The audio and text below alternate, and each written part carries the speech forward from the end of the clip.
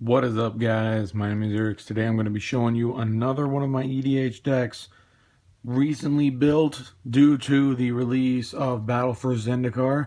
It has become a lot easier to make a deck that is colorless. And I know it was possible beforehand, but I really got inspired. Two reasons. One of my buddies had a Kozilek deck and Battle for Zendikar release with all the new Eldrazi's. So many options. It's better than it could have been before. So, with that being said, we're going to take a look at my Kozilek Butcher of Truth EDH deck. Kozilek, for those of you who do not know, costs 10 for a 12/12. When you cast him, draw 4 cards. Annihilator 4, when he attacks, defending player sacrifices 4 permanents.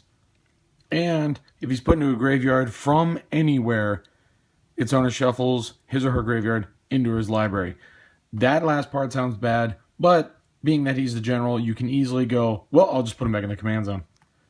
You know, in other decks where you're afraid to mill, like a Sidisi build, you put this in there, mill it. Oh, now my whole grave is back in the deck, you know. So he's got a lot of uses. He's great. He goes in every EDH deck if I have one available because he's colorless. He can fit anywhere. So, that being said, let's take a look at the deck.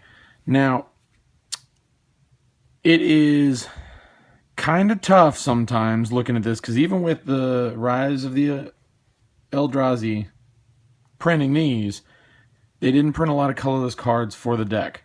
We have a lot of artifacts throughout the years, but now with Battle for Zendikar, we have many more options, like Kozilek's Channel. Tap, add 2. Great, because this shit's expensive, you know? We got a Blight Herder here. Just ignore that. That's 2 Blight Herders. I messed up when I was building the deck. That other Blight Herder is going to be a Mimic Vat. So just kind of ignore that I got 2 Blight Herders. Continuing, moving on. Goldforge Sentinel.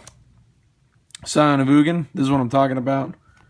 I got 2 4/4 flying that cost 6. That's all they do. Not the best in EDH, but you know, it's a colorless deck. I don't have tons of options. Ulamog's Despoiler. Steel Hellkite. Conduit of Ruin. Oblivion Sower. Deathless Behemoth. Whoop. Soul of New Phyrexia. Got a Wormcoil Engine. Goes in every EDH deck. Platinum Angel. Same. Bane of Balaged. Ruin Processor. Ulamog's Crusher. One of the original Eldrazi. A Platinum Empyrean. Life totals. Your life total cannot change. Very nice. Eldrazi Devastator. Breaker of Armies. Really like that one. Colossus of Ekros. Probably going to be taken out eventually. Because it's alright. I mean, if you're playing it for 8, you probably can pay the 10 to monstrous it by 10, and then it's just funny. Because when you monstrous him, he loses Defender. So it'd be a 20/20 indestructible. Hand of Emrakul, Artisan of Kozilek, Sponsire of Ulamog, Desolation Twin, makes a 10/10 twin. Pathraiser of Ulamog. Whoops, not very organized on this one. Ulamog, the Infinite Gyre. Darksteel Colossus. Blightsteel Colossus. And that is it for the creatures. We go into non-creature artifacts and colorless spells. The thing about Kozilek is that he costs 10. I get him out as quick as possible. A good draw, turn 6 easily. There are 38 lands, I believe, with 12 or so that tap for mana to help speed that up. To start off with that, we got Everflowing Chalice, Soul Ring, Divining Top, Lightning Greaves, because nothing's funnier than a hasty Kozilek surprise, Swiftfoot Boots, Mind Stone, Rogue's Gloves, Titan's Presence, Temple Bell, Worn Power Stone, Fire Shrieker, Gate Smasher, Unstable Obelisk, Darksteel Ingot, Loxodon Warhammer, Whisper Silk Cloak, all 3 of the Cauldra pieces. Never got them out, but the time will come one day. If I could If I could, that would be my general right there for a colorless deck. But it's 3 cards and not a creature, so what you gonna do? Hedron Archive, JMD Tome. A lot of people wonder why. Well, late game, draw. Urgolem's Eye, Sisay's Ring. It just like look at these 3. It's not like JMD's Tome costs too much. I mean, I obviously have help. Same with the Tower of Fortunes. Nevernero's Disc, Predator Flagship. A flying Kozilek is hilarious. We've got a Dreamstone Hedron. I don't know. All is Dust. Scour from Existence. And a Spine of Ishsaw. Moving to our colorless planeswalkers. Got a Karn Liberated and an Ugin the Spirit Dragon. Not too many options for colorless planeswalkers, but the 2 that we have, very nice. Now, a lot of people question the land base of a Kozilek deck. And the rules are, I'm not a judge. I'm going to start by saying that. I'm not a judge. So, don't bash me if I get it wrong. But I believe the rule is your general's color identity is what you can produce as far as mana. If it would produce a color that is not your general, it comes out colorless instead. I believe that's what it is. But because of that, if you steal the opponent's creature, like a Land War Elf, I highly doubt anybody's playing Land War Elf in EDH, but go with it. If I could steal its amount and tap it, I don't get a green. It turns into a colorless. That being said, I cannot put basic lands in this deck because they have the symbol on them. Therefore, an island has color identity blue for EDH. So, people wonder, how do you put lands in? Well, you got to go and you got to collect non-basic lands that provide colorless mana. Cards like Darksteel Citadel, Tectonic Edge, Strip Mine, Bant Panorama. Why the Panorama? There are no basics to fetch. It taps for a colorless mana. That's my basic land right there. Temple of the False God, Springjack Pasture, Phyrexia's Core, Zoetic Cavern, Sanctum of Ugin, Blinkmoth Well, Radiant Fountain, Thespian Stage, Swarmyard. I know regenerate insect, rat, spider, or squirrel, but I needed another one that provides colorless, and I think I have all 5 panoramas already in the deck.